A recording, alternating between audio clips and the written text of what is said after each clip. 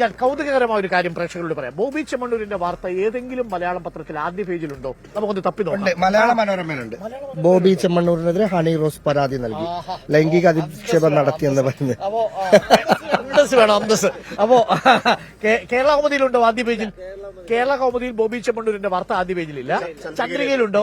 ചന്ദ്രികയിലില്ല. മാതൃഭൂമിയിലും ബോബി ചെമ്മണ്ണൂരിന്റെ വാർത്ത ആദ്യ പേജിലില്ല. മാധ്യമത്തിലില്ല.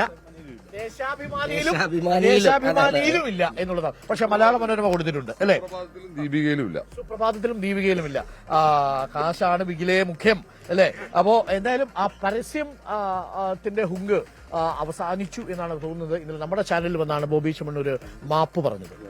മാപ്പ് പറഞ്ഞു. പക്ഷെ മാപ്പ് കൊണ്ടൊന്നും തീരുമെന്ന് തോന്നുന്നില്ല. പ്രത്യേകിച്ച് സ്ത്രീത്വത്തെ അപമാനിച്ചു എന്ന കേസാണ്. ഒന്ന് ആലോചിച്ചു, വല്ല ആവശ്യം ഉണ്ടായിരുന്നു ചങ്ങാതിയെ കച്ചവടമൊക്കെ ചെയ്ത് പരിപാടിയൊക്കെ നടത്തിയ പുതിയ വയനാട്ടിലെ റിസോർട്ടൊക്കെ ഗംഭീരമാക്കി പോരെ. സാറേ, മിക്ക പരിപാടിയിലും അതുപോലെയുള്ള സംഭാഷണങ്ങളാണ് പുള്ളി ഉപയോഗിക്കുന്നത്.